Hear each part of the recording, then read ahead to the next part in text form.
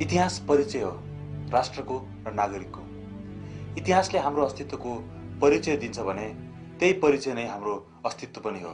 हाम्रो देशको परिचय खोज्ने हो भने हामी त्यस देशका नागरिक हौं जुन देशमा शान्तिका दूत भगवान गौतम बुद्धको जन्म भएको थियो। संसारका प्रायः राष्ट्रहरूलाई आफ्नो उपनिवेश बनाउँदै कहिले सूर्य नअस्ताउने देश बनेको ब्रिटिससँग 1 वर्ष युद्ध गरी आफ्नो बहादुरताको परिचय दिएर उपनिवेश बन्नु नपरेको वीर गोर्खालीहरूको देश हो हाम्रो। इतिहासले दिएको यही परिचय नै हाम्रो परिचय बनेको छ भने हामी हाम्रो इतिहासलाई सम्मान किन नगर्ने? इतिहास खोजीको विषय हो, त्यसकारण इतिहासका नपल्टेका पानाहरूको खोजी हुनुपर्छ।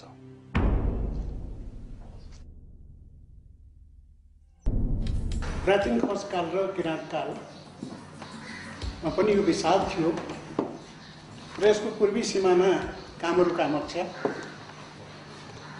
दक्षिण सिमाना कतुर र पश्चिम सिमाना काङ्गडा सतलज र यसका आधारहरू स्कन्द पुराणको 81औं अध्यायमा स्पष्ट व्याख्या छ र ईसा पूर्व 1000 वर्ष पहिलेको अथर्ववेदमा व्याख्या छ, कौटिल्यको अर्थशास्त्रमा व्याख्या छ र चाणक्यको नन्दवंशमाथि अलेक्जेन्डरको आक्रमणकाल 3rd सेन्चुरी नेपाल नरेशसँग सहयोग लिनको लागि 6 जना श्रेष्ठीलाई पत्र दिएर यहाँ पठाएका छन्। 2200 वर्ष पुरानो सम्राट अशोकको लुम्बिनीमा स्थापित अशोक स्तम्भ, जहाँ हिद बुद्ध जाति नेपाल अथवा बुद्ध यस ठाउँमा जन्मेका थिए र यो नेपाल हो भनेर प्रश्न गरेको छ।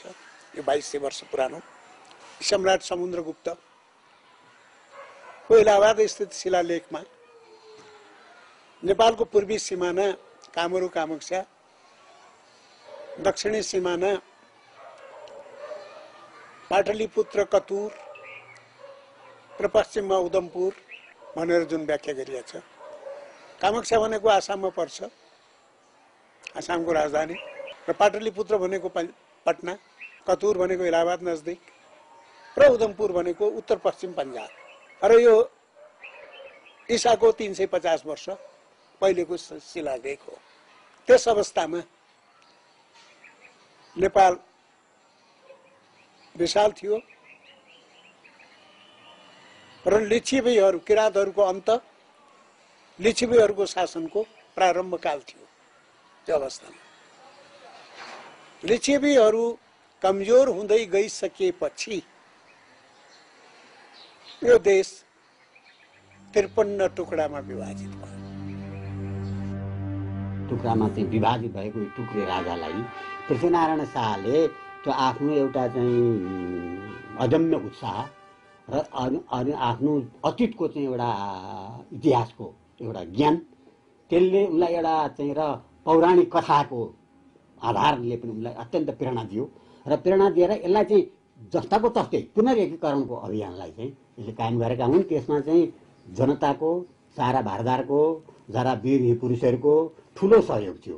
त्यो सहयोग नपाएको नभए उनी एक्लैले त केही गर्न सक्दैनथे। सबैको भावनालाई मिश्रित एउटा प्रतिनिधित्व पृथ्वीनारायण शाहबाट भएको यो पुनर्एकीकरण भन्ने चाहिँ यो वास्तविक हो। विक्रम सम्वत 1799 मा पृथ्वीनारायण शाह गोर्खाका राजा बनेको 1 वर्षपछि नै छिमेकी राज्य नुवाकोटमाथि हमला गरी विजय प्राप्त गरेर नेपाल एकीकरण अभियानको सुरुवात गरे। त्यसपछि उनले विक्रम सम्वत 1819 मा सेन राज्य मकवानपुरलाई एकीकरण गर्न सफल भए र झनै उत्साहित पृथ्वीनारायण शाहले विक्रम सम्वत 1823 मा कीर्तिपुरमाथि पनि विजय पाए। लगत्तै विक्रम सम्वत 1825 मा कान्तिपुर, ललितपुर तथा 1826 मा भक्तपुरलाई आफ्नो अधिकारमा लिई काठमाडौँ उपत्यकालाई एकीकरण गरी काठमाडौँलाई नेपालको राजधानी बनाए।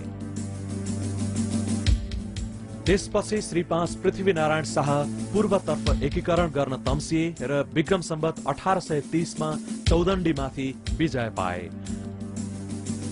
अर्को वर्ष विजयपुर राज्यलाई एकीकरण गरी पूर्वतर्फको सिमाना मेचीको आसपास पुर्याए।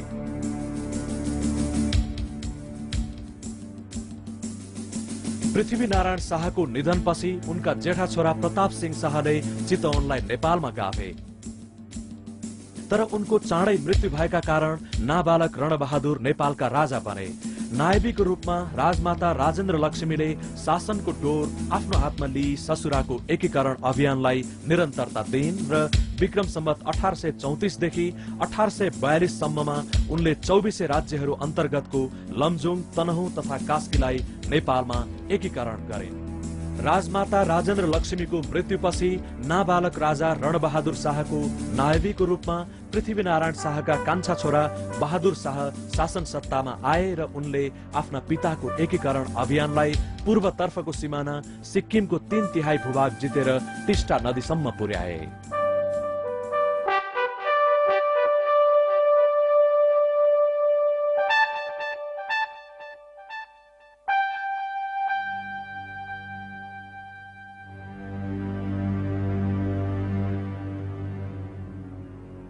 यही हो टिस्टा खोला। हाम्रा पुर्खाहरू भूभाग जित्दै जित्दै यहाँ आएर यहाँ चाहिँ आफ्नो खुकुरी पखालेको पनि खान्छ। खुकुरीमा लागेको रगत गोबर यहाँ पखालेको थियो। यहाँसम्मको भूभाग चाहिँ हाम्रा पुर्खाले जितेका हो।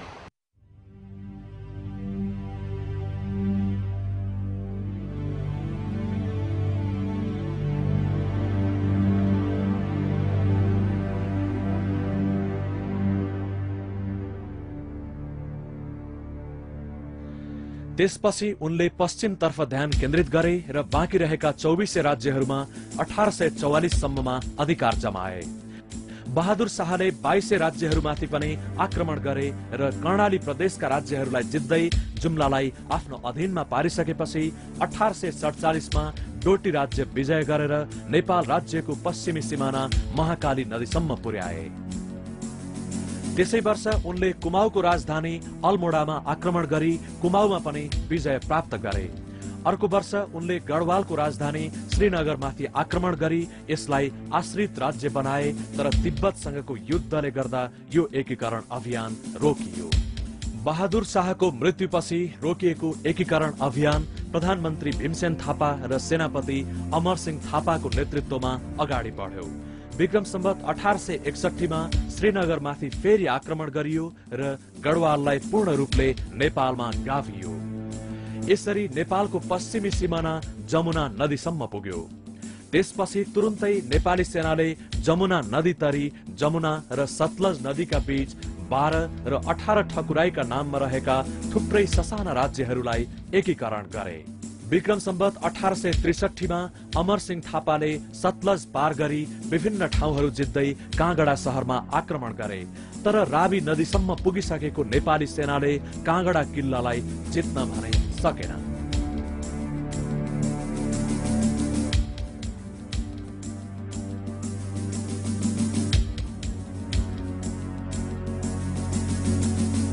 पश्चिम किल्ला काँगडा, पूर्वमा टिस्टा पुगेथ्यौं, कुन शक्तिको सामुमा कहिले हामी झुकेथ्यौं। कविवर माधव प्रसाद घिमिरेको कविताका यी पंक्तिहरू पढेर हुर्किएको हामीलाई आज यो ठाउँमा आएपछि ऊ बेलाको विशाल नेपाल कत्रो रहेछ त भन्ने आभास भयो। अर्कोतर्फ इतिहासमा पराजित यो ठाउँले हामीलाई गिज्जाइरहे झैं लाग्यो। एकीकरणको क्रममा काँगडाका राजा संसार चन्दलाई यही किल्लाभित्र 4 वर्षसम्म घेराबन्दी गर्दा पनि नेपाली सेनाको केही लागेन। पछि संसार चन्दको सहायताका लागि आएका पंजाबका राजा रणजीत सिंहसँग नेपाली सेनाको युद्ध भयो। फलस्वरूप ज्वालामुखी सन्धि गरियो र नेपाली सेना सतलज वारी आएर बस्न बाध्य भयो। यो किल्ला नेपाली सेनाले जितेको भए नेपालको पश्चिमी सिमाना काश्मीरसम्म पुग्न सक्दथ्यो, तर यहाँको पराजयले हामीलाई खुम्चन बाध्य गरायो। नेपालकै अमरसिंह थापा ने हाम्रो इतिहास केवल बहादुरीको मात्र होइन, थुप्रै पराजय, अपमान र असफलताहरूको पनि हो। यसरी विक्रम सम्वत 1799 मा पृथ्वीनारायण शाहबाट सुरु भएको नेपाल एकीकरणको अभियानले विक्रम सम्वत 1863 मा काजी अमरसिंह थापासम्म आइपुग्दा पूर्वमा टिस्टादेखि पश्चिममा सतलजसम्म एकीकृत भएर विशाल नेपालको रचना भयो।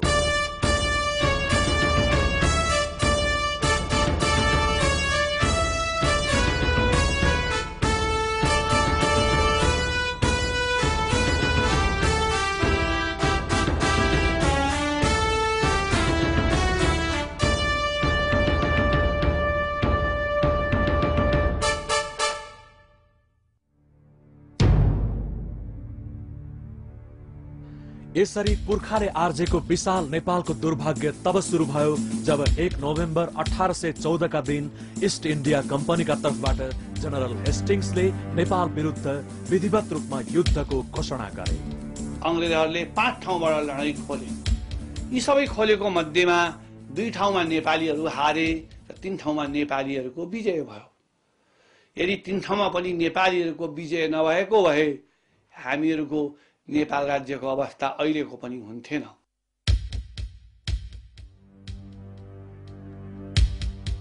नेपाल अंग्रेज बीचको युद्धको मोर्चा मध्ये सुदूरपश्चिम तर्फको रक्षाको भार अमरसिंह थापामाथि थियो र उनी यही ठाउँबाट युद्धको मोर्चा सम्हाल्थे।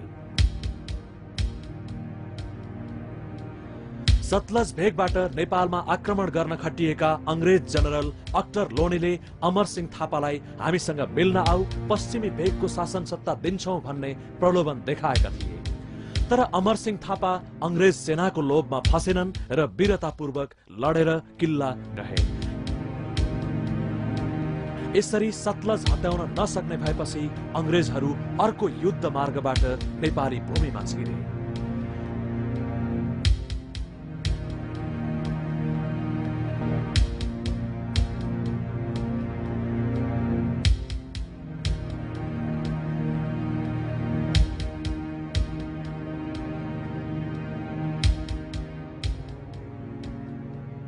यही नालाको पानी खाएर हाम्रा वीर बलभद्रहरूले र उनका सैनिकहरूले लड्थे। यो त्यो नाला पानी हो र यहाँ माथि चाहिँ उनीहरूको किल्ला थियो, पछि अङ्ग्रेजले ध्वस्त पारे। यहाँ बलभद्र कुंवर, बुढाबुढी, आइमाई, बच्चा बच्ची सहितको जम्मा 600 सेनाली आधुनिक हात हतियारबाट सुसज्जित भई 4000 सेना सहित आएका जनरल जिलेस्पीसँग बहादुरीका साथ लडेका थिए।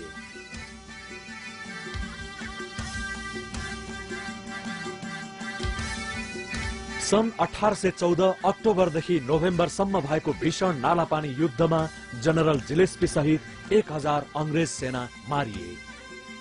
अन्त्यमा नेपाली सेनालाई युद्ध कौशलबाट हराउन नसकेपछि अंग्रेजहरूले किल्लामा आउने पानीको मुहान नै काटिदिए। धेरै दिनसम्म पानी पिउन नपाएपछि बाध्य भएर बलभद्र कुंवर बाँचेका आफ्ना 70 जना योद्धाहरू सहित नाङ्गो खुकुरी नचाउँदै किल्ला छाड्दा अंग्रेजहरू चकित भएका थिए।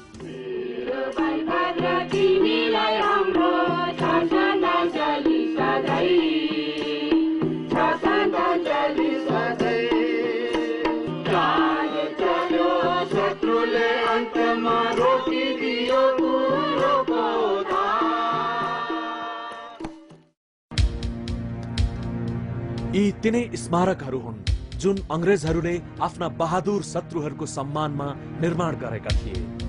यसलाई आत्मसात गर्न पाउँदा गर्वले मुटु ढक्क फुलेर आउँछ, पाखुरामा रक्त सञ्चार बढ्छ अनि भन्न मन लाग्छ, जय वीर पुर्खाहरू।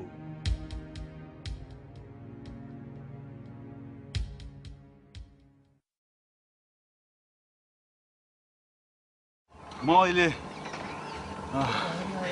हाम्रो भक्ति थापा, अमरसिंह थापाले लडेको ठाउँ मलाउन किल्लातिर जाँदैछु। यो किल्लामा अंग्रेजसँग पराजय भइसकेपछि हामीले अमरसिंह थापा र हाम्रो पुर्खाले चाहिँ फर्केर महाकाली वाडी आउने सन्धि गरेका थिए। त्यसकारण पनि यो ठाउँ हाम्रो लागि एकदम महत्त्वपूर्ण छ।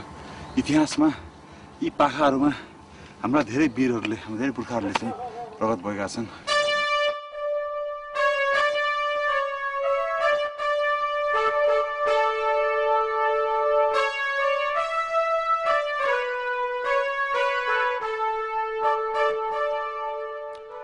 यो हो मलनको देउथल किल्ला। नालापानीको युद्धपछि यही ठाउँमा नेपाल र अंग्रेज बीचको निर्णायक युद्ध भएको थियो। अंग्रेजहरूले आफ्नो सम्पूर्ण शक्ति लगाई यो किल्ला हटाउन सफल भएपछि 70 वर्ष नागेका वीर योद्धा भक्ति थापा पुनः यो किल्ला फर्काउन अंग्रेज फौजमाथि जाइ लागे।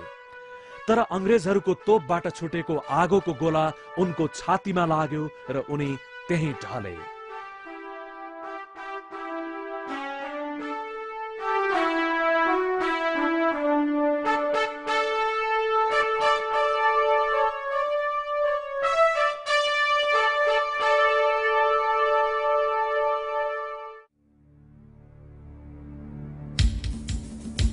यदि नेपाली सेनाले अंग्रेज सेनापति अक्टर लोनीको हातबाट यो किल्ला फर्काउन सफल भएको भए यो युद्ध नेपालको पक्षमा हुन्थ्यो, तर त्यसो हुन सकेन र नेपालको पराजय हुन पुग्यो।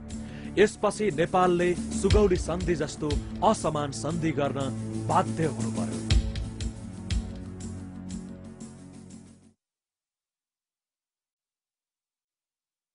सन् 1815 2 डिसेम्बरका दिन नेपालका तर्फबाट चन्द्रशेखर उपाध्याय र गजराज मिश्र तथा इस्ट इन्डिया कम्पनीका तर्फबाट लेफ्टिनेन्ट कर्णेल ब्राड शाहका बीच सुगौली सन्धि भयो।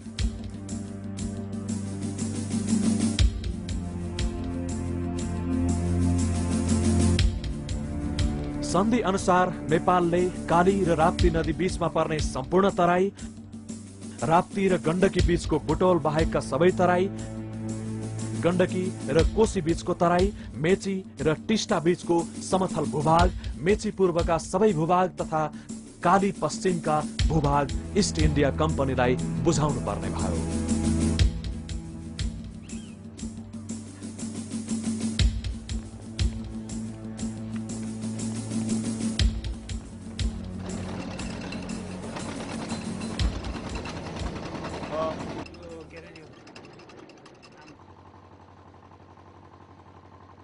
किनभने सुगौली सन्धिमा सतलज नदीसम्मको हाम्रो सिमानाबारे केही उल्लेख छैन। त्यहाँ त खालि महाकाली नदीदेखि पारी त्यहाँको जनता, त्यहाँको भूभागसँग नेपालको राजाले कुनै पनि किसिमको सम्पर्क राख्न पाउने छैनन् भनेर भनिहाल्छ।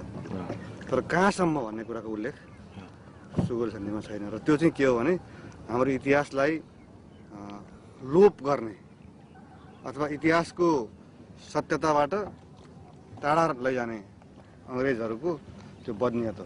सन् 1815 मे 15 का दिन नेपालको तत्कालीन सेनानायक अमरसिंह थापा र ब्रिटिस पक्षको तत्कालीन सेनानायक अक्टर लोनीका बीचमा भएको एउटा समझदारी अथवा सन्धि नै भने पनि हुन्छ त्यसलाई। त्यसमा चाहिँ महाकाली नदीदेखि सतलज नदीसम्मको क्षेत्र नेपालको हो भन्ने कुरा स्पष्ट रूपमा उल्लेख गरिएको छ र लडाईँमा नेपाली पक्षको पराजयको कारण अझै पनि उसको अधीनमा रहेका जस्तो मलाउ, सबाथु, भिली, अर्की, यमुना र सतलजको बीचको क्षेत्र, यी विभिन्न क्षेत्रको उल्लेख गरिएको छ त्यो सन्धिमा। त्यसले के देखाउँछ भने त्यस बेला नेपाल कहाँसम्म पुगेको थियो र वास्तविक रूपमा नेपालको सिमाना के हो भन्ने कुरा देखाउँछ। यो सन्धिलाई नेपालका राजाले 15 दिनभित्रमा हस्ताक्षर गरी ब्राड शाहलाई बुझाउनु पर्ने भन्ने थियो, तर तराईका थुप्रै भूभाग गुमाउनु परेकोमा राजाको चित्त नबुझेपछि अंग्रेजहरूले केही तराई फिर्ता गर्ने गरी 8 डिसेम्बर 1816 मा मकवानपुरमा सन्धि भयो, जस अनुसार कोशीदेखि गण्डकी तथा गण्डकीदेखि राप्तीसम्मका केही तराईका भूभागहरू नेपालले फिर्ता पायो।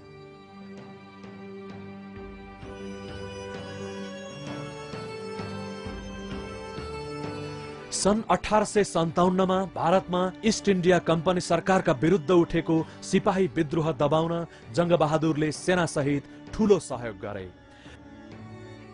त्यसबाट खुसी भएर अंग्रेजले 1860 को नोभेम्बरमा सुगौली सन्धि अनुसार नेपालले गुमाएको भूभाग मध्ये केही तराई फिर्ता दियो। यसरी सुगौली सन्धि पश्चात 2 पटक तराईका केही भूभाग फिर्ता भएपछि वर्तमानको नेपाल बनेको हो।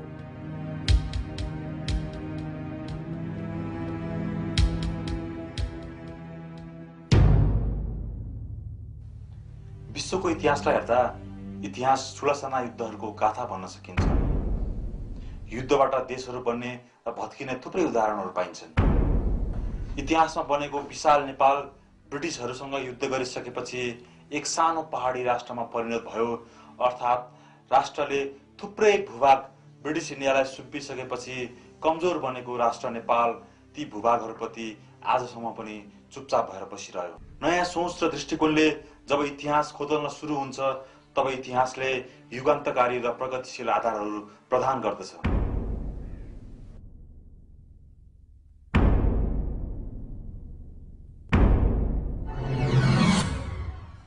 सुगौली सन्धिमा गुमेका भूभागको जिम्मेवारी बेलायतले लिनुपर्दछ।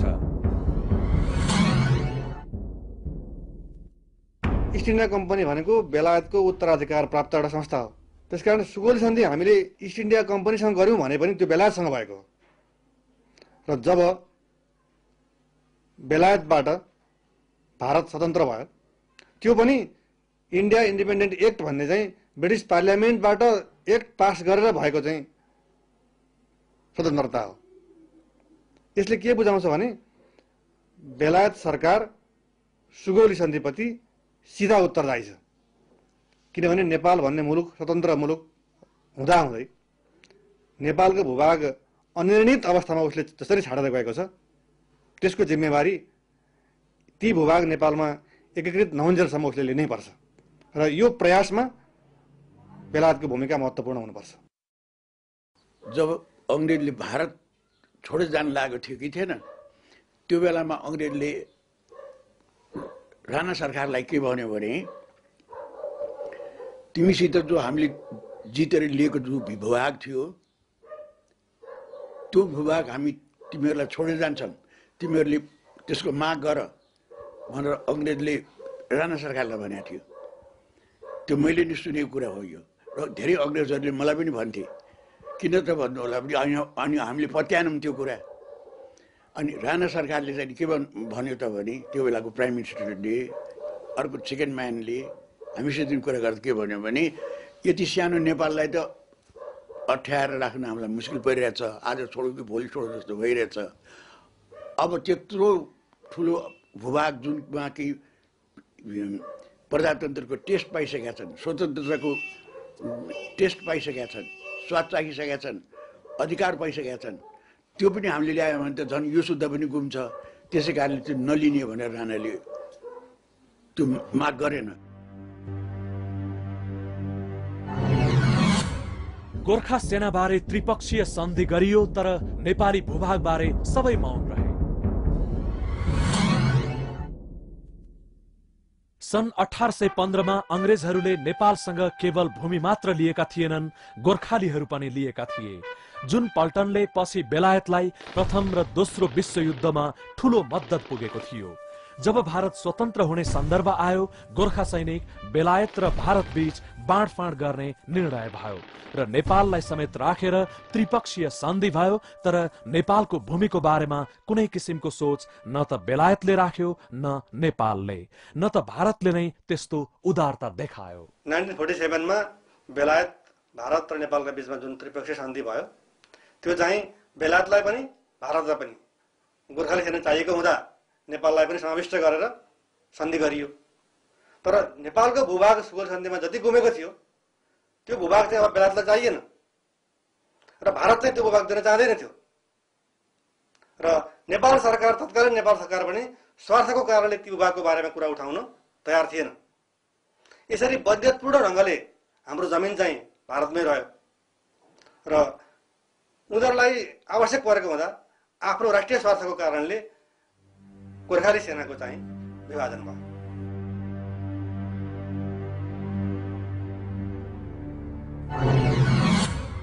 उन्नाइस 1950 को नेपाल भारत सन्धिको धारा 8 ले सुगौली सन्धिलाई रद्द गरेको छ। 1950 को नेपाल भारत सन्धि सन् 1947 अगस्त 15 मा नयाँ राष्ट्रको रूपमा जन्मेको इन्डिया र 100औं वर्ष अगाडिदेखि स्वतन्त्र रूपमा रहिरहेको नेपाल सरकारका बीचमा भएको सन्धि हो। सुगौली सन्धि हामीले ब्रिटिस गभर्नमेन्टसँग गरेका थियौं। त्यसको आधारमा नेपालको सिमाना टिस्टा र सतलजबाट मेचेर महाकालीमा सीमित भएको थियो र त्यो जुन जमिन हामीले गुमाएका थियौं त्यो चाहिँ ब्रिटिस इम्पायरमा गाभेको थियो। त्यतिबेला ब्रिटिस इम्पायरको एउटा भाग चाहिँ इन्डिया भन्ने मुलुक थियो। जब 1947 मा अगस्त 15 मा इन्डिया भन्ने नयाँ मुलुक बन्यो, त्यो मुलुकसँग 1950 मा नेपालले सन्धि गर्यो।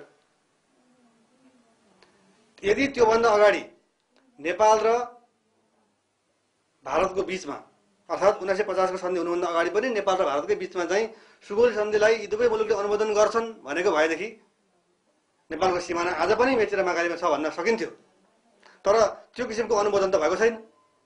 सुगौली सन्धिलाई अनुमोदन गर्ने गरी नेपाल र भारतले सन्धि कहिले पनि गरेका छैनन्। तर 1950 को सन्धिको धारा 8 ले चाहिँ भारतको तर्फबाट ब्रिटिस सरकारले नेपालसँग गरेका सबै सन्धि रद्द हुन्छन् भनेपछि सुगौल सन्धि हामीले ब्रिटिस सरकारसँग गरेको हो। त्यो त 1950 मा भारत सन्धि गरेर त्यसलाई रद्द गरेको प्रमाणित गरिसक्यो भने यो अवस्थामा नेपालको सिमाना चाहिँ टिस्टा र सतलज हो भन्ने कुरा कायम हुन्छ। सन् 1950 मा नेपाल र बेलायत बीच भएको सन्धिको धारा 8 ले पनि सुगौली सन्धिलाई रद्द गरेको छ। स्वतन्त्र भारतसँग भएको सन्धि पश्चात 30 अक्टोबर सन् 1950 मा नेपालले संयुक्त अधिराज्यसँग पनि शान्ति तथा मैत्री सन्धि गर्यो, जसले अघिल्लो आधारलाई थप बल प्रदान गर्दछ। त्यो सन्धिको धारा 8 मा पनि बेलायत सरकार र नेपालका बीचमा आजभन्दा पहिले भएका सन्धिहरू सबै रद्द गरिन्छन् भनेर उल्लेख गरिएको छ। अझ त्यहाँ त के भने सन् 1923 मा काठमाडौँमा भएको सन्धि र त्योभन्दा अघि भएका सन्धि भनेपछि सन् 1923 मा भएको सन्धिमा पनि सुगौल सन्धिको प्रसङ्ग उठाइएको छ भने ती सन्धि खारेज गरिन्छन् भनेपछि सुगौल सन्धिलाई बेलायतले पनि औपचारिक रूपमा खारेज गरेको प्रमाणित हुन्छ। सन्धिबाटै हामीले जमिन गुमाएका थियौँ, सन्धिबाटै हामीले जमिन फिर्ता पायौँ। योगी लर्ड क्यानिङले जङ्गबहादुरलाई भने तपाईको यत्रो महान मद्दतको बदलामा फगत फोक्रो शब्दले मात्र धन्यवाद दिएर पुग्दैन, पछि परन्तुसम्म रहिरहने सबैले थाहा पाउने किसिमको उच्च कुरो तपाईलाई मिल्नेछ। बेलायतबाट आएको खबरबाट मैले थाहा पाएको छु कि सन् 1815 मा अंग्रेजले नेपालसँग जितेर लिएको जमिन जति सबै नेपाललाई फिर्ता गर्न अंग्रेज सरकारले मन गरेका छन्। यो माथि लेखिएको बमोजिमको जमिन पछि पश्चिमतिर घागरा नदीदेखि लिएर पूर्वतिर गोरखपुर जिल्लासम्म पुगेको छ। दक्षिणतिर खिरागढ र बराइच जिल्लादेखि लिएर उत्तरतिर पहाडसम्म पुगेको छ।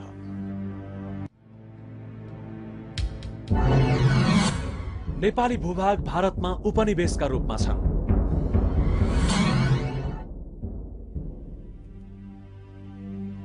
भारतका प्रथम प्रधानमन्त्री जवाहरलाल नेहरूले बन्दी जीवन बिताउँदा लेखेको पुस्तक ग्लिम्सेस अफ द वर्ल्ड हिस्ट्रीमा पनि स्पष्ट रूपमा यी भूभागहरू नेपालको भनेर स्वीकारेका छन्।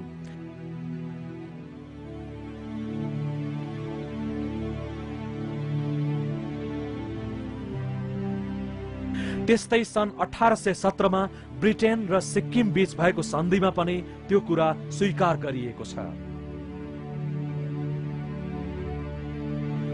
आजको 21औं शताब्दीमा आएर यसरी सानो राष्ट्रको भूभाग ठूलो राष्ट्रले उपनिवेश बनाएर राखेको कुराको किन हामी विरोध गर्न सक्दैनौं? सन् 1960 मा संयुक्त राष्ट्रसङ्घले एउटा रिजोल्युसन पास गरेको छ। त्यो चाहिँ डिकोलोनाइजेसन अर्थात् उपनिवेशबाट मुक्त गर्नुपर्ने भन्ने सम्बन्धमा।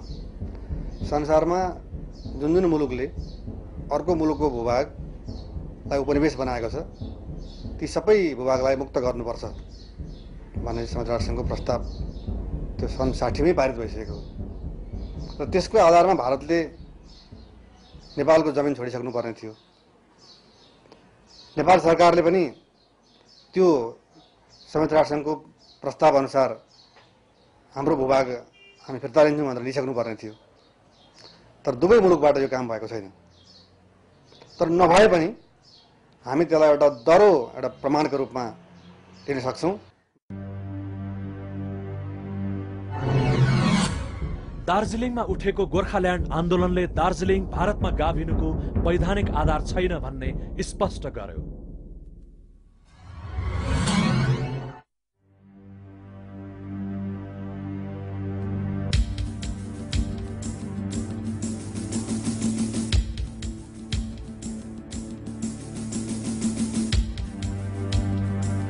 टिस्टा र मेचीको बीचमा पर्ने दार्जिलिङ जिल्लामा सन् 1986 मे 12 तारिखदेखि गोर्खाल्यान्ड आन्दोलन सुरु भयो र त्यस आन्दोलनमा थुप्रै नेपालीहरूले वीरगति पाए।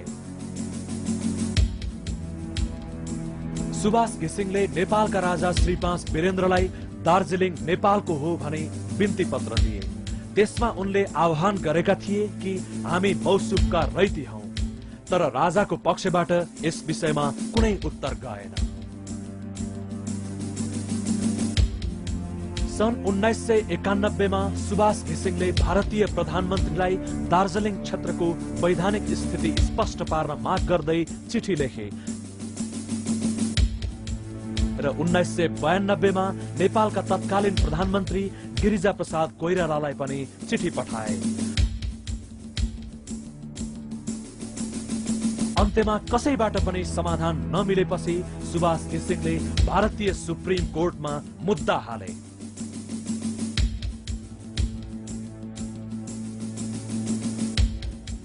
दार्जिलिङमा जब गोर्खाल्यान्ड आन्दोलन चर्किरहेको थियो त्यसकै आसपासमा जब सुभाष घिसिङले भारतको सुप्रिम कोर्टमा यो विषयमा मुद्दा हाले, त्यति बेला पनि भारतको संविधानको त्यही 136 अन्तर्गत नै हालेको थियो। यदि संवैधानिक रूपमा यसको निरूपण गर्ने हो भने सुभाष घिसिङले भने जस्तै भारतको संविधानको आर्टिकल 136 अन्तर्गत चाहिँ यो जमिन भारतको होइन, यो नेपालको। तर त्यसरी स्पष्ट रूपमा भनिसकेपछि भारतीय सर्वोच्च अदालतलाई के समस्या पर्यो भने संवैधानिक रूपमा यसको निरूपण गर्ने हो भने त यो जमिन त स्वतः नेपालको भन्ने कुरा प्रमाणित हुने भयो। अनि यो पोलिटिकल इस्यु हो भनेपछि के हो भने राजनीतिक रूपमा यसको निर्णय हुनुपर्छ भन्ने भयो। त्यसो गर्दा के हुने भयो त भने दुईटा मुलुकका राजनेताहरूको बीचमा टेबलमा वार्ता हुनु पर्यो। भारतको पक्षबाट त्यो वार्ता हुने कुरै छैन, उनीहरूले त्यो कहिले उठाउँदैन। यो जमिन तिमीहरूको रहेछ, तिमीहरू के गर्छौ भनेर उनले प्रश्न गर्ने ठाउँै छैन, उनीहरू त्यो चाहँदैनन्। त नेपालको सरकारमा रहेका राजनेताहरू पनि हाम्रो जमिन यो हो त्यसकारण हामी माग्छौँ भनेर टेबलमा बसेर कहिले पनि कुरा उठाउँदैनन्। त्यो विश्वास उनीहरूलाई भएको हुँदा भारतको सुप्रिम कोर्टले चाहिँ यो पोलिटिकल इस्यु हो भनेर भने।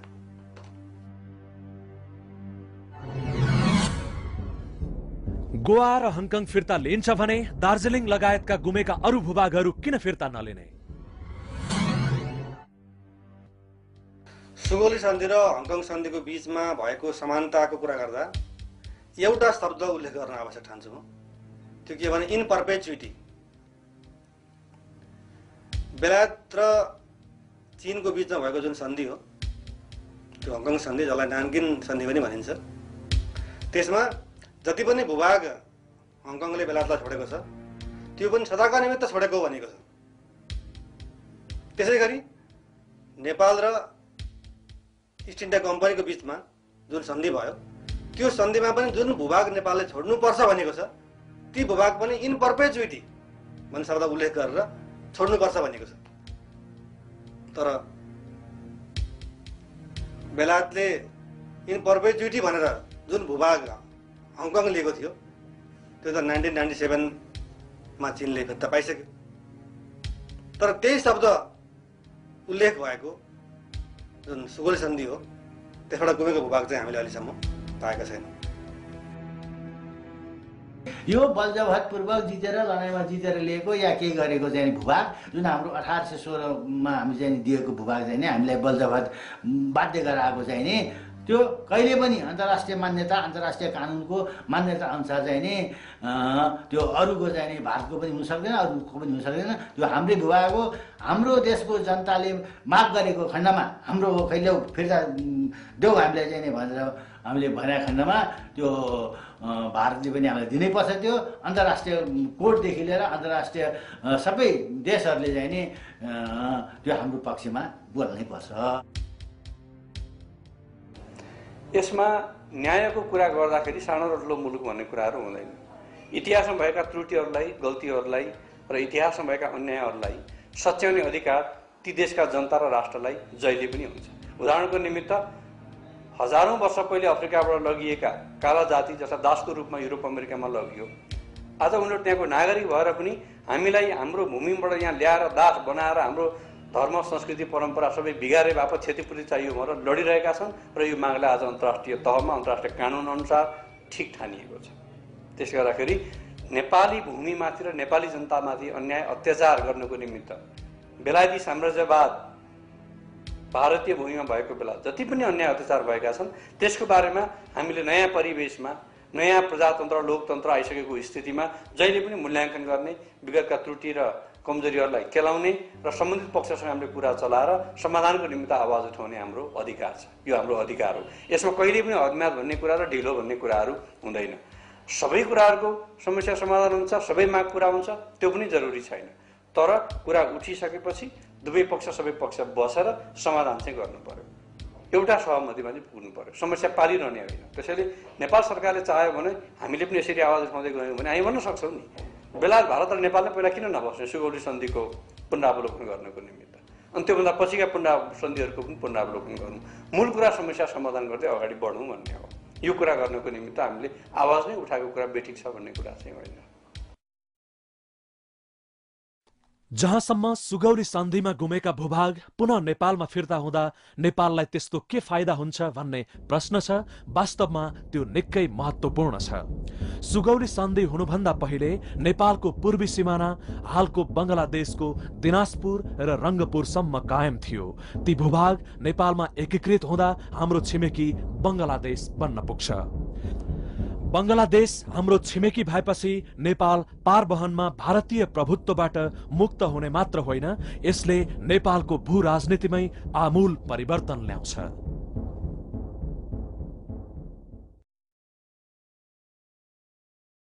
इतिहासमा सुगौली सन्धिले पूर्व टिस्टादेखि पश्चिम सतलजसम्मको विशाल नेपाललाई पूर्व मेची र पश्चिम महाकाली तथा केही तराईको नेपाल आज हामीलाई सुम्पेको छ। तर त्यही बाँकी रहेको नेपालमाथि पनि हाम्रो छिमेकी राष्ट्र भारतले सीमाना अतिक्रमण र भूमि हडप गरेर हाम्रो अस्तित्वमाथि धावा बोलिरहेको छ।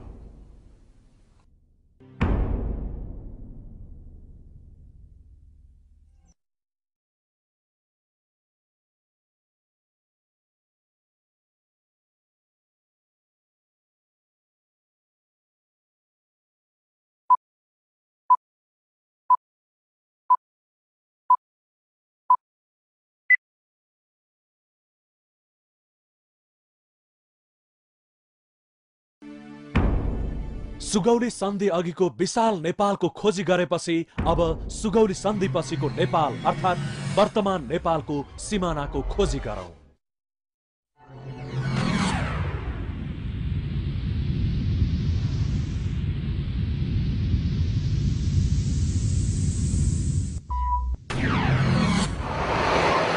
हामी यो 26 नम्बरको पिलर र अहिले चाहिँ 71 का मुनि 13 नम्बरको पिलर चाहिँ अन्तर्राष्ट्रिय सीमा सिद्धान्तलाई को विपरीत यो पिलरको दायाँ 10 गजा बायाँ 10 गजा हुनुपर्नेमा चाहिँ अब भारतले यो सडक बनाएर चाहिँ सीमा सिद्धान्तको विपरीत 10 गजाको भूभाग अतिक्रमण गरेर बनाएको छ, जबकि नेपालको भूभागमा चाहिँ 10 गजाको भाग कायमै रहेको छ।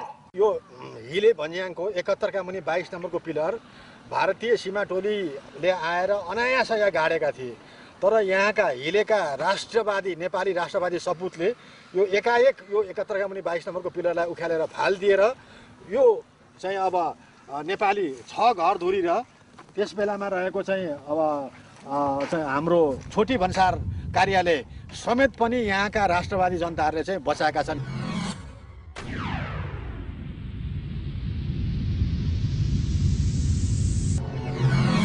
पशुपति नगरको फाटक एरियाको त्यहाँ तल देखियो अल्गो घर, अल्गो एउटा टिनको घर देखियो, त्यसमा चाहिँ 10 गजा क्षेत्रमा चाहिँ भारतीयहरूले चाहिँ कस्टम पोइन्ट बनाएर चाहिँ 10 गजा क्षेत्र मिचिएको देखिन्छ।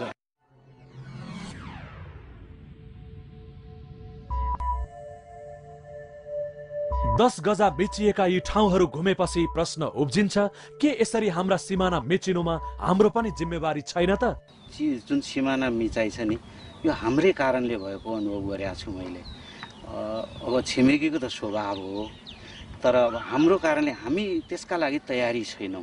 सुरक्षित आफूलाई सुरक्षा गर्ने हामी तयार भएनौँ। एउटा त हामीसँग त्यसको जुन कागजपत्र हो, दस्तावेजहरूको अध्ययन राम्रो भएको छैन, जसले गर्नुपर्ने हो त्यो जिम्मेवार निकाय जिम्मेवार व्यक्तिहरूले त्यसको अध्ययन गरेको छैन। त्यसपछि स्थानीय स्तरमा पनि त्यो जागरुकता हामीले ल्याउन सकेनौँ। थियो एकपटक मेचीको विवाद निक्लिँदाखेरि, मेची सिमानाको विवाद निक्लिँदाखेरि स्थानीय स्तरदेखि लिएर जङ्गमी लाप्चा जस्तो व्यक्तिदेखि लिएर भीमसेन थापासम्मलाई त्यसले जागरुक गरायो। तर फेरि त्यो जागरुकता, त्यो राष्ट्रियता, त्यो भावना अहिलेको हाम्रो न स्थानीय स्तरमा देखिएको छ न हाम्रो केन्द्रीय स्तरमा प्रशासनको स्तरमा देखिएको छ।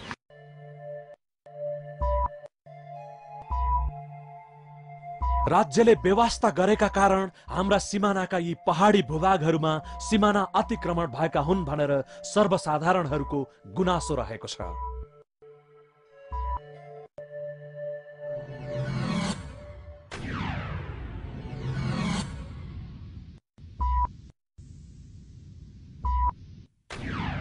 अब मेची पुलको वास्तविकता बुझ्नतर्फ लागौं।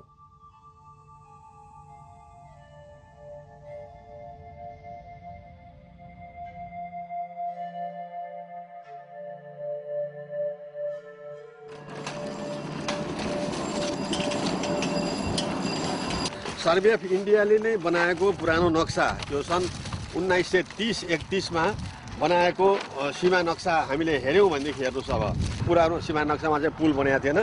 यो पुल देखेकोमा चाहिँ यहाँ 48 नम्बरको पिलर चाहिँ नदीको पूर्वको भागमा देखिएको छ।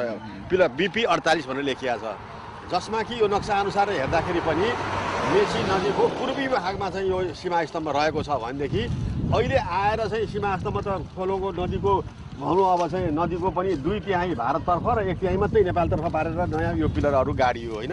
यसले गर्दाखेरि वास्तवमा यो नक्साले हेर्दाखेरि चाहिँ नदीको पूर्वी भागमा चाहिँ यो पिलर रहेको देखिन्छ र यसरी सिमाना सरेको देखिन्छ। र वास्तवमा हामीले पुराना कुराहरू हामीले हेऱ्यौँ भनेदेखि पुराना दस्तावेजहरू हामीले अध्ययन गऱ्यौँ भनेदेखि चाहिँ हाम्रो सिमाना नेपालको पूर्वी सिमाना यो पुल मात्रै होइन, यो पुलभन्दा अझ पूर्व पर देखियो पानी ट्याङ्की। त्यो पानी ट्याङ्कीको भूभागसम्म हाम्रो नेपालको भूभाग थियो भन्ने कुरा पुरानो दस्तावेज ऐतिहासिक कुराहरू ऐतिहासिक दस्तावेजहरू चाहिँ अध्ययन गर्दाखेरि देखिन्छ।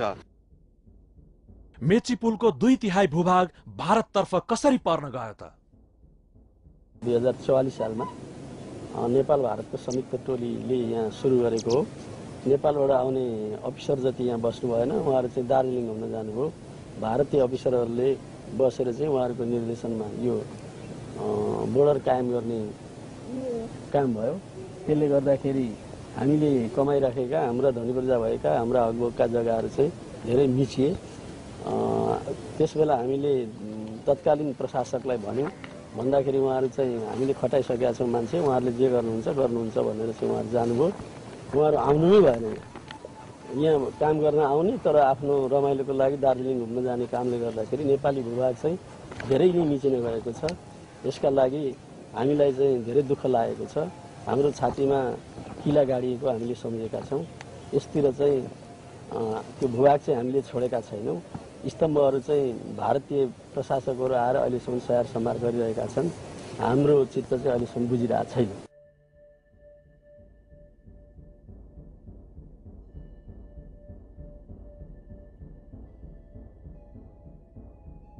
पहिला हाम्रो यो किता सबै हामी आफै गर्दै थियौँ। अनि गर्दा गर्दै अब पारीको यो पिलर आयो। पिलर आउँदाखेरि अब उनीहरू नाप गरौँ पारीपट्टिबाट नापी गर्दा सर्वे गर्दाखेरि अब बनाउनु यो इन्डिया पऱ्यो हो। इन्डियामा घर बनाएन भनेदेखि हामी यो खेती गर्न दिँदैनौँ न। अनि बहुत झन्झट पनि भयो, बवाद उठ्यो बहुत। अनि त्यहाँदेखि घर भत्काएर लगेर त्यहाँ बनायौँ। अनि बनाउँदाखेरि अहिले चाहिँ त्यही खेती भो गर्न पाइन्छ। अनि यो नेपालको धनी पूर्जा यो इन्डियाको हो।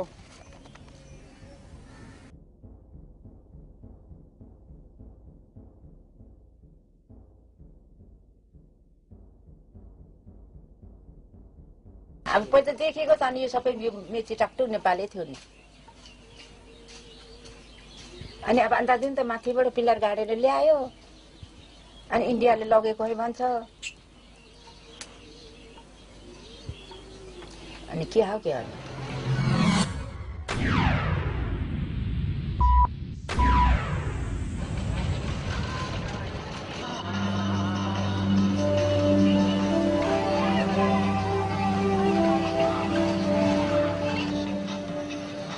यसरी राष्ट्रिय महत्वको मेची नदी नै भारततर्फ परिसकेपछि हामीले कसरी मेची नदीलाई नेपालको पूर्वी सिमाना भन्न सक्छौं?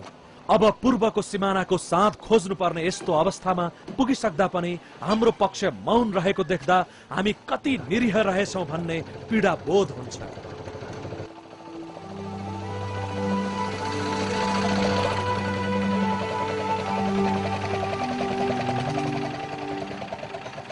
मेची पुलको पीडादायी जानकारी लिएर हामी भद्रपुर नगरपालिकातर्फ लाग्यौं, जहाँ 2052 सालमा नेपाल भारत सीमाङ्कन गर्दा जङ्गे पिलरलाई बेवास्ता गरेर करिब 500 मिटर नेपालभित्र सीमा स्तम्भहरू गाडिएका थिए।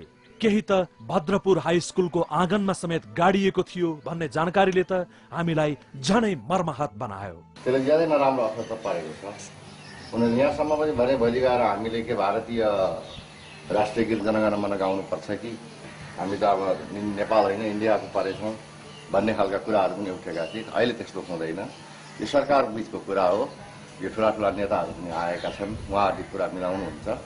तिमीहरूले आन्दोलित हुने अवस्था छैन भनेर हामीले सम्झाएका थियौँ। नेताजीहरू आउनुभयो, राष्ट्रिय स्तरका ठुला ठुला नेताहरू जनप्रतिनिधिहरू यहाँ भेला हुनुभयो र हामीले कुरो राख्यौँ यसको सम्बन्धमा के हुन्छ भन्दा उहाँहरूले नमिठो भाषामा के भन्नुभयो भने ठुलो माछाले सानो माछालाई खान्छ, यो यस्तै हो, हामीले चित्त बुझाउनुपर्छ भनेर भन्नुभयो। मलाई त्यो भनाइ सुन्दाखेरि साह्रै दुःख लागेको छ। सन् 1815 को सुगौली सन्धि पश्चात 40 दिनभित्रमा सीमाङ्कनका लागि गाडिएको यो जङ्गे पिलरले हाम्रो सिमाना मेची नदीका पुरै भूभाग भनेर प्रमाणित गरे पनि यसरी भारतले सुगौली सन्धिलाई पूर्ण रूपमा बेवास्ता गर्नुले भारतले नै सुगौली सन्धिलाई मान्यता नदिएको प्रष्ट हुन्छ। मेन पिलर चाहिँ जङ्गे पिलरै हो र उनीहरूले अहिले जङ्गे पिलरलाई चाहिँ रेफरेन्स पिलर हो र मेन पिलर यो हाम्रो भनेर यहाँबाट स्कुल अगाडि र यो लहरै उनीहरूले यो गाड्दाखेरि हामीले के भन्यौँ भने यो हुनु हुँदैन। यो रेफरेन्स पिलर त पहिला ब्रिटिसको पालामा जङ्गबहादुरले मेन पिलरै त हो भनेर गाडेको हो र त्यसको नाम जङ्गे पिलर भनेर राखिएको हो भने हाम्रो सिमाना नै त हो। अहिले यो चाहिँ भारतले हामीमाथि हाम्रो भूमि कब्जा गर्ने एउटा नियत लिएको र यसको लागि चाहिँ यहाँको विद्यार्थीहरू, यहाँको जनताहरू, यहाँको शिक्षकहरू जो हामी छौँ सबैले यसको विरोध गरेर मास्तिरको यो पिलर पनि उखेलेर फालिदियौँ र यहाँ तलतिरको पिलर फालिदिएर यो चाहिँ भारतले हामीमाथि अतिक्रमण कति गरेको रहेछ भनेर देखाउन मात्रै हो। त्यति मात्र नभएर हाम्रो जुन आर्यघाटे मेची हो पहिल्यै जमाना परापूर्वकालदेखि नै, तर यहाँ मान्छे मरेको लास ल्याउँदा पनि भारतीय पुलिसले चाहिँ यो हाम्रो भूमिमा जलायो भनेर भन्यो। भनेपछि कति अतिक्रमण गरेको। पहिलो जुन सीमा थियो हाम्रो जुन जङ्गे पिलर त्यो यथार्थै छ। जुन इन्डियाले पछि जुन मिचेर आयो, जुन हाम्रो सिमाना हाम्रो भूमिमा मिच्दै आयो, यही ठाउँ हो जहाँ चाहिँ उनीहरू भारतीयहरूले पिलर गाडेको थियो। 8वटा पिलर गाडेको थियो। पहिला 2-3 बाइक अलि पनि छ, यथार्थै छ। अहिले पनि भारतीय सबै टोली आएर आउँदा फेरि हामीलाई भन्यो यो चाहिँ हाम्रो भूमि हो, अब हामीले यो हाम्रो भूभाग हो, अब हामीले यहाँ पिलर गाड्दैछौँ भन्दै पनि हामीले अब मान्छे एकजनाले हामीले सुनायो। हामी घरमा कुद्दै गयौँ। हामी यो भूमि हाम्रो भूमि हो, सर तपाईँले जे भने हामी त्यही गर्छौँ, मान्छौँ हामी भनेर हाम्रो पाला आक्रोश हामी आयौँ। भन्दापछि हामीलाई चाहिँ आफ्नो देशको भूमिप्रति कति गर्व छ, कति माया छ, तर प्रशासनलाई मतलब छैन। हेर्नुहोस् र त्यहाँ त हामी यहाँनिर यो सीमाको लागि हामीले एक मान्छेहरू हामी विवाद गरिनुसँग हामी जुध्यौँ। खोइ प्रशासन मान्छे आएको हामीले बोल्ने। हामी नेपाली चाहिँ के सोच्नुपर्छ, हामी नेपालीहरूले यो भूमि हाम्रो, हामी अरूको भूमिको लागि बाध्य हुनु हुँदैन। आफ्नो देशमा सिमानाको लागि हामीले लड्नुपर्छ। अहिले भारतले मिच्दै आएको छ, हामी सधैँ बस्छौँ। भोलि हाम्रो भूमि कत्रो हुन्छ यसरी मिच्दै आयो हाम्रो नेपाल त भोलि हाम्रो जुन विरत नेपाल छ त्यो हाम्रो भोलि सानो भएर जान्छ।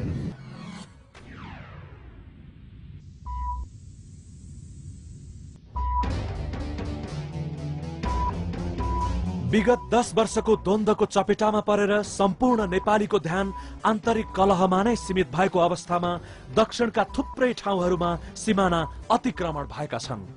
एकातिर उता सिमाना बाहिरबाट चाहिँ मिचिने र देश खुम्चिँदै जाने, अर्को भित्र चाहिँ नेपाली लडेर हैन एकाअर्कालाई चाहिँ मारेर नेपालीहरू सिद्धिने र नेपालीहरू कमजोर हुँदै जाने, यो दुईटै कुराले गर्दाखेरि वास्तवमा चाहिँ नेपालीहरूको मुटु रोइराखेको छ, नेपालीहरूको हृदय चाहिँ रोइराखेको छ। अब यसले गर्दाखेरि चाहिँ भाइ फुटे गँवार लुट्यो भन्ने जुन चाहिँ नेपाली उखान छ त्यही भइरहेको छ। हामी भित्र लडिरहेका छौँ, यही मौका पारेर चाहिँ सिमानाहरू मिच्ने काम भइरहेको छ। र जहिले पनि नेपालमा चाहिँ आन्तरिक द्वन्द्व हुन्छ त्यो बेला चाहिँ विशेष गरी भारतले अन्तर्राष्ट्रिय शक्तिहरू र विशेष गरी भारतले चाहिँ यहाँ केही न केही चाहिँ फाइदा उठाइरहेको हुन्छ। जलस्रोत सम्बन्धी सन्धि गर्नुपर्ने हो कि अथवा कुनै अरू सिमाना मिच्ने कुराहरू गर्ने हो, किनभने भित्र लडिरहेका छन्, यिनीहरू थाहा हुँदैन यही मौका हो भन्यो उनीहरूले गरिरहेका छन्। त्यस कारणले गर्दा मलाई कस्तो लाग्छ भने सबभन्दा पहिला यो कुरोलाई राष्ट्रियताको कुरा र सिमानाको कुरो सबै पक्षले एकदमै चाहिँ मतलब सेन्सिटिभली है संवेदनशील प्रकारले चाहिँ त्यसलाई लिनु पर्यो र के भन्नु पर्यो भने जेको लागि हामी लडिरहेका छौँ, सङ्घर्ष गरिरहेका छौँ, द्वन्द्व भइरहेको छ, युद्ध भइरहेको छ, त्यही चिज भोलि नरहने हो भने राष्ट्रको लागि लडाइ होइन राष्ट्र र राष्ट्रियताको लागि लडाइ हो भने त भोलि लडाइँ सिद्धिएला अरे एउटा पक्षले जित्यो अथवा सङ्घर्षशील पक्षले जित्यो होइन भने पनि त्यति बेला राष्ट्र नै रहेन भने त यो सारा चाहिँ तपाईँको यो लडाइँ अथवा युद्ध अथवा जुन क्रान्ति सङ्घर्षको कुनै महत्त्व नै भएन होइन। अथवा भोलि राज्य पक्षले नै अब विद्रोही पक्षलाई परास्त गर्ला, द्वन्द्व भोलि शान्त होला, त त्यो बेला पनि राज्य त रहँदैन नि।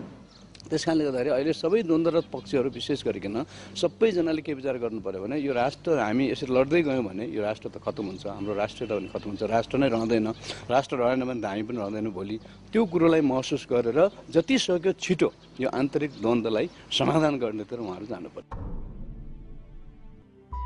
देशको अस्थिर राजनैतिक परिस्थितिका कारण सिमाना जस्तो अत्यन्त संवेदनशील राष्ट्रिय परिचय खतरामा परिरहेको छ।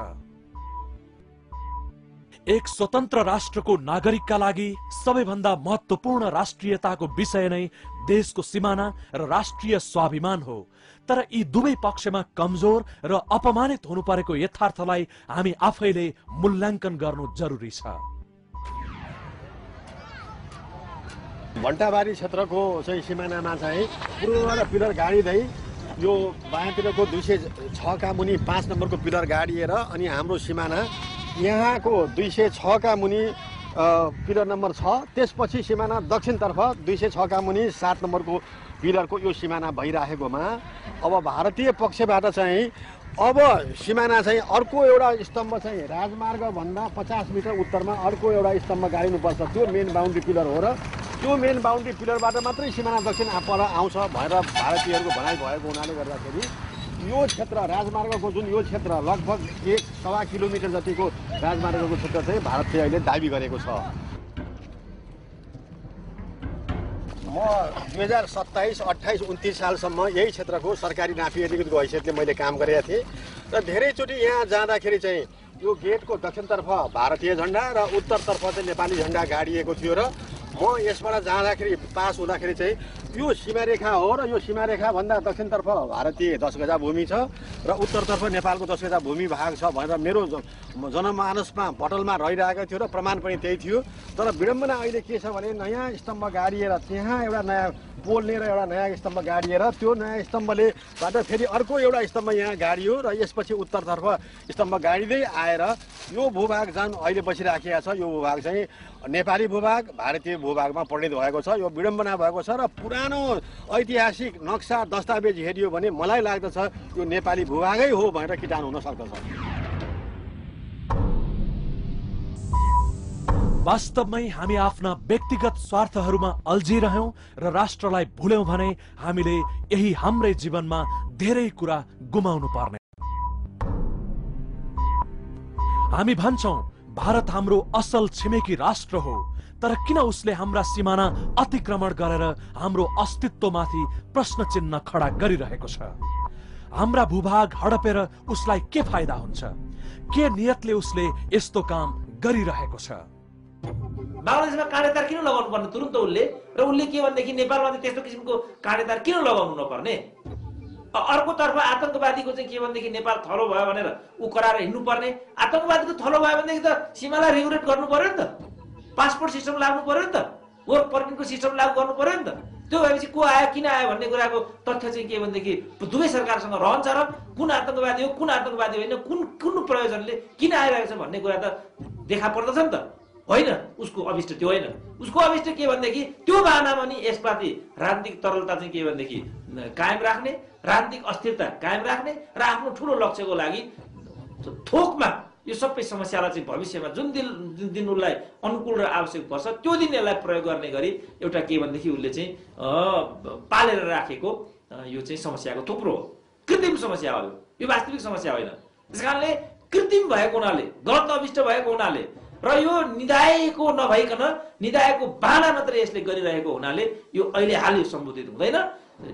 यो जुन मैले दृष्टिकोण भने यो दृष्टिकोण बोक्ने मानिसहरू प्रतिबद्धता र सपना भिजनका साथ सत्तामा पुग्यो भने अनि मात्र यो समस्याले निकास पाउने सम्भावना हुन्छ, अन्यथा यो रहिरहन्छ। अब हामीले हाम्रो छिमेकी राष्ट्रसँगको सम्बन्धलाई नयाँ दृष्टिकोण र सार्वभौम सम्पन्न राष्ट्रको हैसियतले मूल्याङ्कन र परिमार्जन गर्नुपर्ने समय आएको छ। राष्ट्रको कुनै पनि ठाउँको 1 इन्च पनि भूमि मिचिनुलाई हामीले कसरी लिने? राष्ट्रको सिमानाको महत्त्व के? हामीले वास्तवमै विश्वका विभिन्न राष्ट्रहरूबाट राष्ट्रियताको पाठ सिक्नुपर्ने देखिन्छ।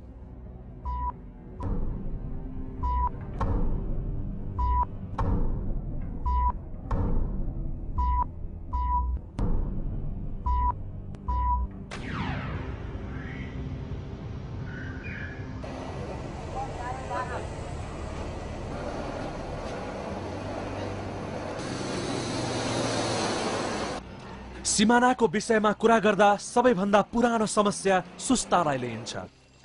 सीमा अतिक्रमण बारे सुस्ता अध्ययनका लागि नवलपरासीको परासी बजार पुग्दा सुस्तावासीहरू भारतीय अतिक्रमणको विरोध गर्दै एकजुट भएर प्रशासनलाई जानकारी गराउन आएका थिए।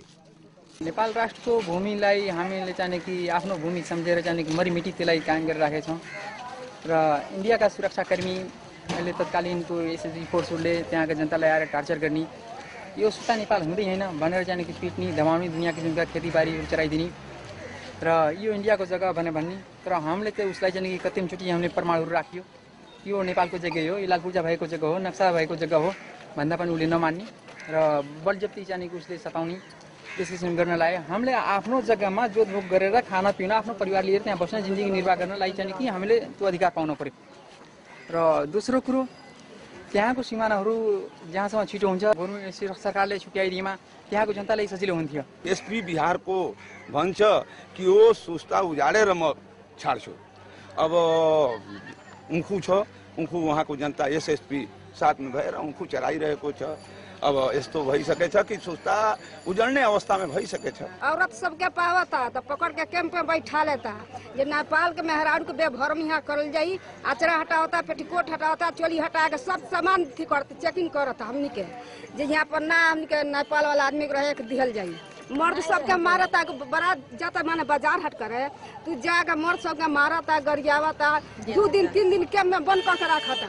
मेहरारू रोग आके जातरी लगे तो मेहरारू का फिर बेभरम होतर करता है। जीवन चल जाए, सारा जनता मर जाए, सुस्ता बाकी जबान से निकली सरकार की बिहार है। ना तो बिहार होखो तब यहाँ तो रहे के दिहल जाई, नहीं तो नेपाल होई तो यहाँ से उजाड़ के सब आदमी चहर दिया। अब इस तरह से वो तंग करना शुरू कर दिया कि हम लोगों को वहाँ बसना मुश्किल हो गया है। अगर जो सुस्ता नेपाल है तो सरकार को पहल करके और वहाँ पर जनता को बचाना जरूरी है। अगर जो नेपाल नहीं है तो सरकार वहाँ पर कह दे कि ये नेपाल नहीं है तो हम लोग बिहार का कानून माने। हम लोग पसीना खून बहा रहे हैं सुस्ता के लिए। आज वहाँ के एसएसपी बोलता है कि तुम लोग बोल दो ये बिहार है, तुम्हारे जमीन का लाल पुर्जा रसीद कर देंगे, कल बैंक से लोन निकलेगा, तुमको लोन मिलेगा, ट्रैक्टर निकाल सकते हो, 10 एकड़ 5 एकड़ जमीन का रसीद दे देंगे तो इसी पर कमाएगा, खाएगा, जोतेगा। तुम बोल दो कि ये बिहार है, लेकिन हम लोग कहते हैं नहीं हमारा ये नेपाल है, मरेंगे या मिटेंगे, लेकिन सुस्ता नेपाल रहा है तो नेपाल रहेगा।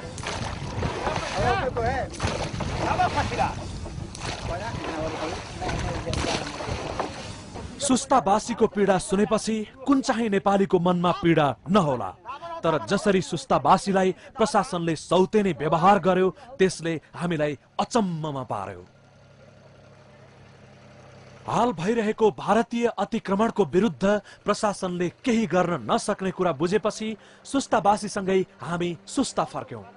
तब थाहा भयो कि राज्यबाट अपेक्षित यो सुन्दर मलिलो ठाउँमाथि किन भारतीयहरूको आँखा गडेको रहेछ।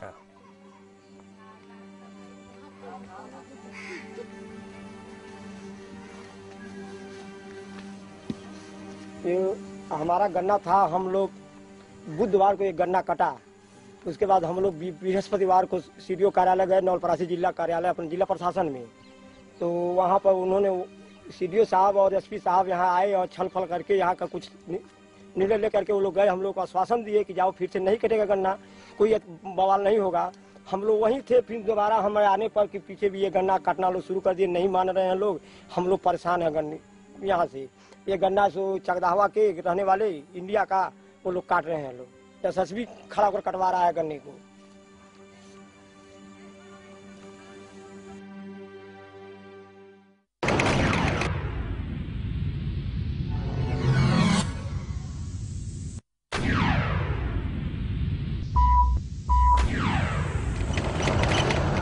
भारतीय पक्षबाट हाम्रो सिमाना मिचिनुको मुख्य कारण नै हाम्रो भारतसँगको खुला सिमाना हो भन्ने स्थानीयवासीहरूको धारणा रहेको पाइयो।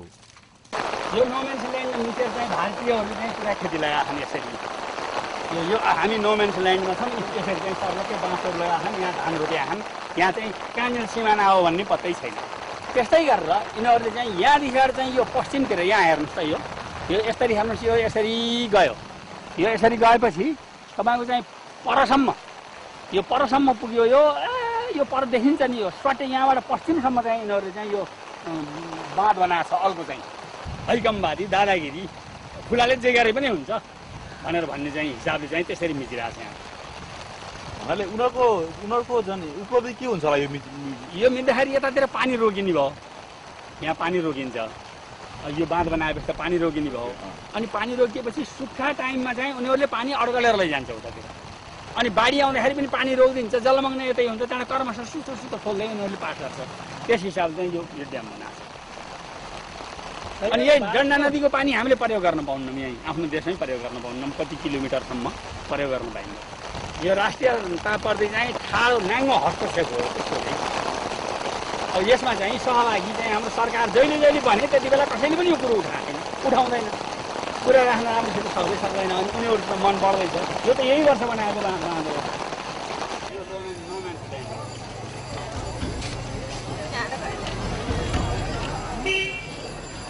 बोर्डर चाहिँ यो नोमेन्स ल्यान्डको बिच भाग अब यहाँ बनाएको छ उनीहरूले। कति मिचिया छ त्यो त नापेर हेर्नुपर्छ। हेर्दाखेरि मिचे जस्तो लाग्छ हाम्रो।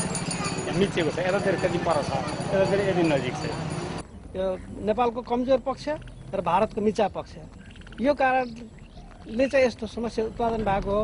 र यसलाई समाधान गर्नको लागि त पञ्चशीलको आधारमा जस्तो संयुक्त राष्ट्रसङ्घले तयार पारेको एउटा पृष्ठभूमि छ, त्यो पृष्ठभूमिमा रहेर दुईटा मुलुकहरूले आफ्नो सीमा सुरक्षा गर्नुपर्छ। हाम्रो जस्तो सानो राष्ट्रले भारत जस्तो ठूलो राष्ट्रसँग खुला सिमाना राखेपछि त राष्ट्रिय अस्तित्व खतरामा पर्नु स्वाभाविकै हो। अब प्रश्न आउँछ, खुला सिमानाको कारण हाम्रो अस्तित्वमाथि आइपर्ने खतराको सुरक्षा कसले गर्ने? खुला होइन सिमाना। खुला भन्नाले शब्द चाहिँ नि सकारात्मक अर्थ आउँछ। खुला सिमाना होइन, यो अव्यवस्थित अनियन्त्रित सिमाना हो नेपाल र भारतको बिचको। म त त्यसो भन्छु। त्यसैले अनियन्त्रित र अव्यवस्थित छ भने त्यसलाई व्यवस्थित र नियन्त्रित गर्नुपर्छ। त्यो प्राइमरीली सेना भनेकै आफ्नो देशको टेरिटोरीको रक्षा गर्नेको कामको लागि प्राइमरी प्राथमिक दायित्व नै त्यो। त्यसो हुनाले सबैभन्दा महत्त्वपूर्ण कुरा चाहिँ त्यतातिर ध्यान केन्द्रित हुनुपर्छ होइन। त्यसको भनेको मतलब के भने लडाइँ गर्न जाने भनेको होइन। नेपालको सेनाले भारतको सेनासँग लडाइँ गर्न जाने भने होइन, आफ्नो सिमानाको सुरक्षा गर्ने, सीमामा खटिएर बस्ने। कहीँ मिचिन लाग्यो भने सिटी बजाउने भने, सिटी बजाउँदा लाग्यो भने त्यो सेनाको त चाहिँ बन्दुक पनि हुन्छ। स्थानीय स्तरमा चाहिँ त्यस्तो मिचाएर काम गरेको रहेछ भने त्यहाँ फाइट पनि हुन्छ एक दुईवटा। जस्तो बङ्गलादेश र चाहिँ भारतको सिमानामा कति गोली हानाहानका घटनाहरू हुन्छन्, त्यो लडाइँ होइन, सिमानामा चाहिँ थिचोमिचो भएकोमा प्रतिवाद प्रतिकार गर्ने सिलसिलामा भएका घटनाहरू हुन्। किन हाम्रो सरकार भारतसँगको सिमानाको विषयमा जिम्मेवारी वहन गर्न चाहँदैन? यदि हाम्रो सरकारले राष्ट्र अस्मिताको सुरक्षा गर्न सक्दैन भने अब यसको विकल्प खोजिनुपर्छ, नत्र यसले दूरगामी असर सिर्जना गर्दछ।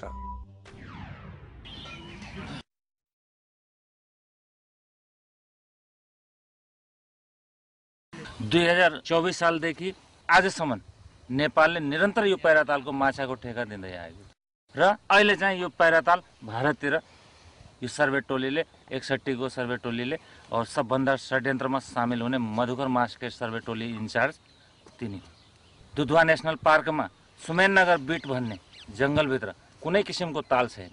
यो पैराताललाई त्यो सुमेननगर बिटमा गाभेर त्यो पैराताललाई भित्राएर उसले चाहिँ ठुलो एउटा सम्पत्ति हत्याउने षड्यन्त्र गरेको छ। तत्काल हस्तक्षेप गर्नुहोस्, तत्काल त्यहाँ चाहिँ जनता भोलि आक्रोशमा आउनेवालो छ भनेर पटक पटक हामीले सिडिओ कहाँ गएर स्थानीय बेस क्याम्प सुरक्षा बेस क्याम्पमा गएर भन्दा भन्दा भन्दा भन्दा आखिर उनीहरूले बिल्कुलै ध्यान दिएनन्। हामीलाई नगर है न केही नगर्नु, त्यस्तो कुनै कानुन नटुटोस्, भोलि भारत रिसाउँछ भन्ने चाहिँ सुझाव दिने, तर आफू आएर अवलोकन गर्दै नगर्ने स्थिति भइसकेपछि अनि फेरि 62 जेठ 10 गते चाहिँ महाकाली सेतीका मान्छेहरू, जनताहरू, बुद्धिजीवीहरू, स्थानीय विद्यार्थीहरू, गाउँको जनताहरू यहाँ 10-20 हजारको सङ्ख्यामा आएर चाहिँ यो पिलर तोडेर भत्काएर आफ्नो मातृभूमिको सुरक्षा गरे।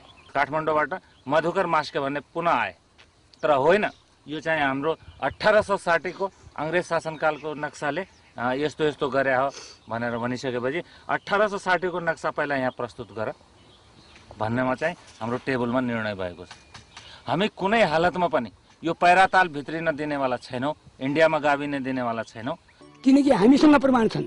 पैराताल हाम्रो इतिहास साथी छ, इन्डियाको पैराताल होइन, यो जग्गा इन्डियाको होइन। त्यसकारण हामी यो जग्गा निमित्त यहाँका हजारौँ जनता सीमा सङ्घर्ष समिति ती शरीरको बलिदान दिन जमिन छोड्न, इन्डियालाई छोड्न तयार छैन।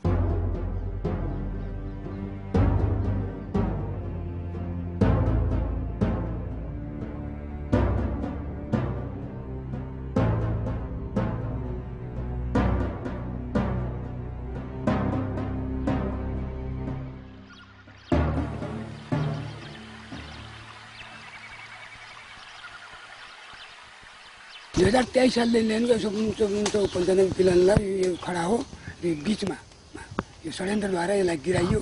हेर्नु यहाँ ट्र्याक्टरको साङ्गलको दाग छ, ट्र्याक्टर लाएर खिचेर गिराइएको यो। अब यो नेपाल भनेर हिन्दुस्तानले वर्षौं 20 सैकडौँ वर्षबाट हो भन्ने भारतले लिएको र नेपालले यो नेपाल हो भन्ने ऊ भएको ठाउँमा अहिले यो पिलरलाई छोडेर एकदमै 600 मिटर पिलर, यहाँबाट 600 मिटर भित्र अर्को उत्तरतिर पिलर नेपालको भूमिमा गाभेर यो चाहिँ यहाँ एउटा ठुलो विवाद पैदा गरिदिएछ। अब हम लोग आप लोग आपस में तो कोई लड़ाई नहीं, कोई ना है नहीं, कोई ना। हाँ, जो बात है हम लोगों को सबको मालूम है साहब, हमको सब मालूम है। लेकिन अब ये नए जो सर्वे वाले हैं ना, वही गड़बड़ कर दिए। वहाँ देखिए बनाए हैं, कितना दूर चला जाएगा पिलर, देखिए नेपाल में हजूर तनकी भर में आबाद कर लो नेपाल। ये बात नहीं, गलत है। हाम्रा राष्ट्रिय राजनीतिक दलहरू सत्ताको विपक्षमा रहँदा सीमाना मिचिएका विषयमा ठुलठुला आवाजहरू उठाउँछन्, तर जब आफू सत्तामा जान्छन् तब सीमानाको विषयमा मौन भएर बसिदिन्छन्।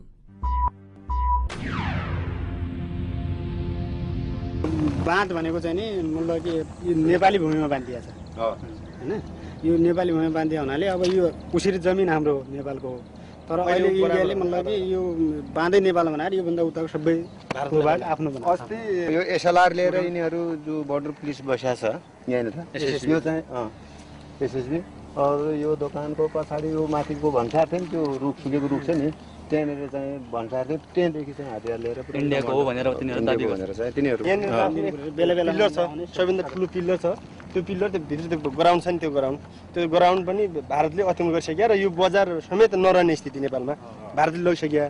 त्यति बेला नेकपा एमालेको सांसद उर्वात्त पन्त उहाँले को पहलमा, उहाँको सक्रियतामा यहाँका जनसहभागिता भएर होइन त्यो उसलाई बचाएर अहिले यो नेपालमा रहन सफल भयो कि। उति बेला त्यो सम्झौता त्यस्तो भइसक्यो भने आज अहिलेको डेटसम्म पनि मतलब इन्डियनहरूले आउने होइन, यहाँ त्यहाँको मतलब पुलिस फोर्सहरू आउने, त्यसपछि आउने, यहाँ सताउने, उठ भन्ने हामीलाई दादागिरी एकदम यो गोरो एकदम मतलब दादागिरी चाहिँ उनीहरूले गरेर लगभग हाम्रो 80-90 बिघा यहाँको जमिन छ नि जो सबै भित्र गरिसक्यो। इन्डियाको पत्र उनीहरूले नर्सरी नै गरिसक्यो। त्यसपछि अब यहाँको भन्दा अब यति पुरै जमिन अब 20-40 बिघा भनौँ 50 बिघा भनौँ न छ लगभग 50 बिघा यो कुरा अब नेपालमा आउने जङ्गल पनि अब इन्डियामा गइसक्यो यसको बिचमा पनि नेपालको थियो पहिला अहिले त इन्डियाको छ बिचमा एउटा झाला थियो यस्तो नेपालको पिलरहरू थिए त्यो पिलरहरू उखाडेर अहिले इन्डियाको छ सबै यही भित्र छ सारी देखिने भित्र पिलरले अहिले यस्तो गरेछ यो कसरी चाहिँ अहिलेसम्म टिकिरहेको छ यो चाहिँ माओवादीहरूले गर्दाखेरि मात्र यहाँ चाहिँ खालि उनीहरूको डरले मात्र उनीहरू हतियार सहित यो बिहारीले भन्दा अगाडि जान दिँदैन माओवादीहरू जति बेला नेपालको शासक वर्ग कमजोर हुन्छ त्यति बेला नेपालको भूमि भारतले अतिक्रमण गरिरहेछ कुरो त्यो फेरि हाम्रो व्यक्तिगत स्वार्थ आफ्नो व्यक्तिगत स्वार्थको लागि उनले नेपाली भूमि बेच्न पनि सक्ने अनि उ गर्न पनि सक्ने के अब राष्ट्रिय मूलधारमा प्रवेश गर्न लागेको पार्टी तथा भविष्यमा प्रवेश गर्ने पार्टीहरूले यस विषयलाई कतिको महत्त्व दिन्छन् यो समयले नै बताउनेछ।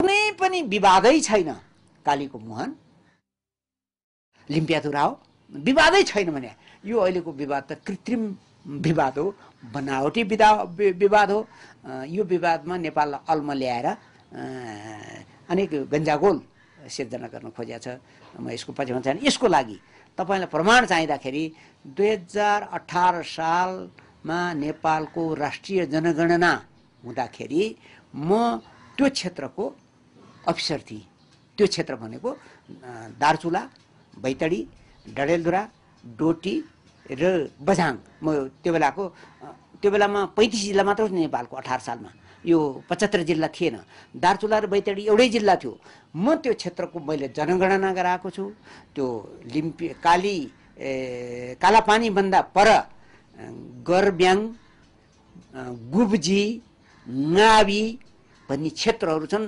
मलाई केन्द्रीय तथ्याङ्क विभागले दिएको नक्सामा हाते नक्सा छ त्यो नक्सामा त्यो क्षेत्र मेरो हो नेपालको हो त्यसकारण मेरो केटाहरू मेरो गणक मेरो खरदार गएर त्यहाँ जनगणना गराएको छ त्यहाँ जहाँ मान्छे बस्थे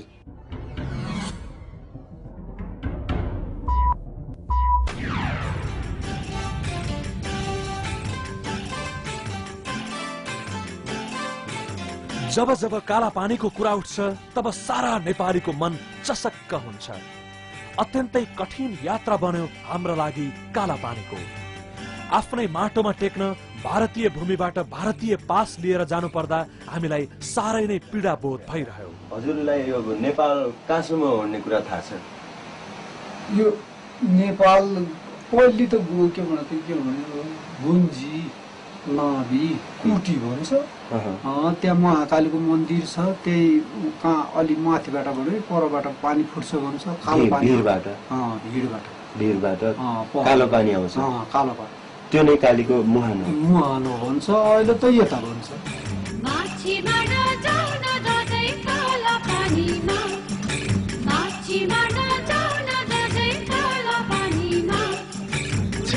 बारी दुवाली महाकालीमा माछी मार्न जाउँ न दाजै काला पानीमा माछी मार्न जाउँ न दाजै काला पानीमा हो हो हो हो हो हो हो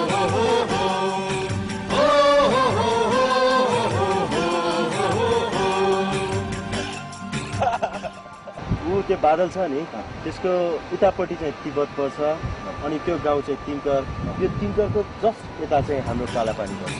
वनको काँडाले कहिले नि कोरेन फलामे काँडाको तार अहिले वनको काँडाले कहिले नि कोरेन फलामे काँडाको तार अहिले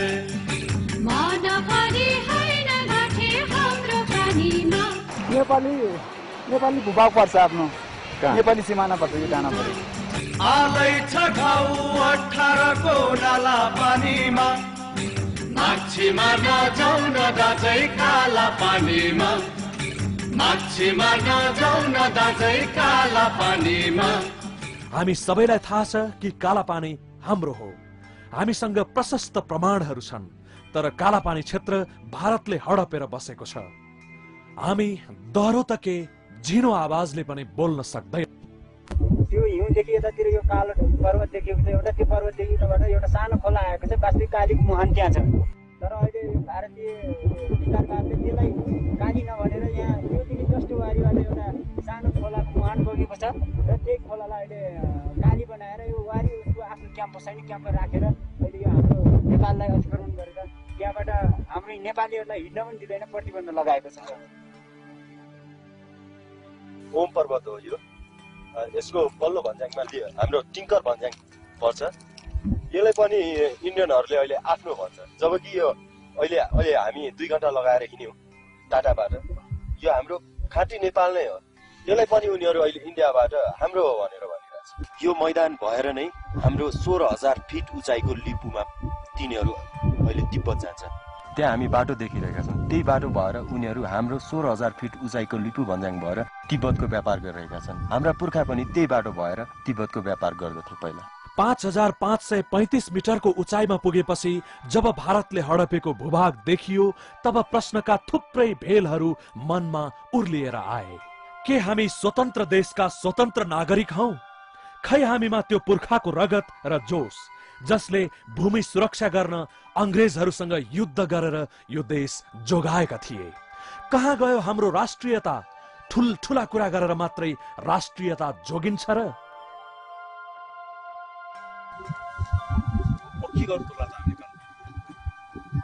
मलाई लाग्छ नेपालले अब यो कुरालाई अन्तर्राष्ट्रिय अदालत समक्ष गर्नुपर्छ। हामीसँग कालापानी हाम्रो भन्ने यथेष्ट प्रमाण छ।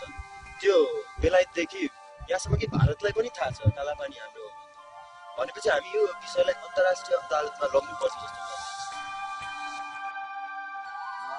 हाम्रो जसरी उहाँले भन्नुभयो, अब अन्तर्राष्ट्रिय स्तरबाट पनि अन्तर्राष्ट्रिय बाट पनि पहल भएन अथवा कुनै मतलबै भएन भने फेरि पनि हामीले हाम्रो पुर्खाहरूले पनि पहिला जसरी अङ्ग्रेजसँग लडेको थियो र फेरि पनि हामीले अब कालापानी पाउनको लागि लड्नुपर्छ। यो लड्नको निम्ति सिङ्गो नेपाली जनताहरू उठ्नुपर्छ। 1-2वटा व्यक्तिले लडेर हुनेवाला छैन।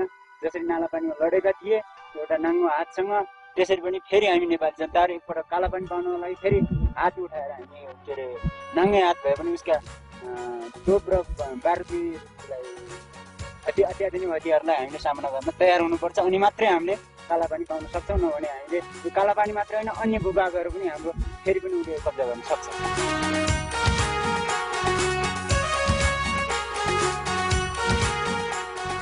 सीमा अतिक्रमण भएका यी स्थानहरूको अध्ययन गर्दा एउटा काटिएको रुखको ठुटालाई धमिराले चारैतिरबाट खाइरहेको अनुभव हामीलाई हुन्छ।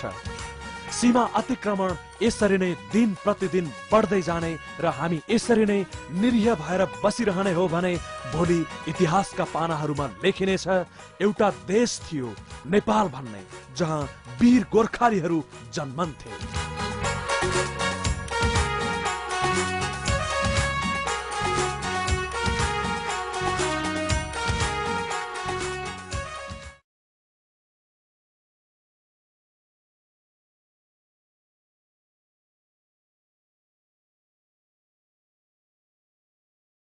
हाम्रो मनमा यो समस्याको समाधानको सुरुवात कहिले र कसरी हुन्छ भन्ने प्रश्न खेलिरहेको बेला संजोगले नेपालमा 2062-63 को महान जनआन्दोलनको सुरुवात हुन्छ।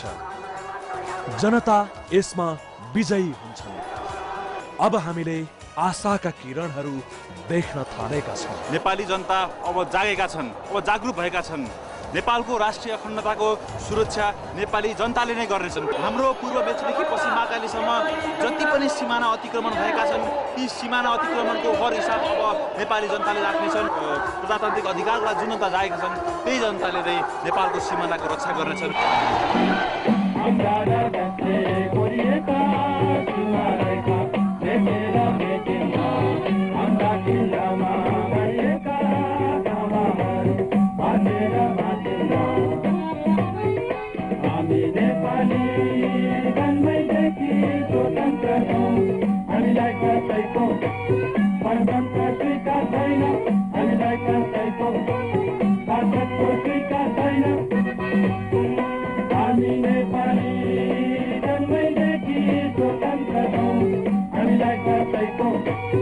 स्वतन्त्र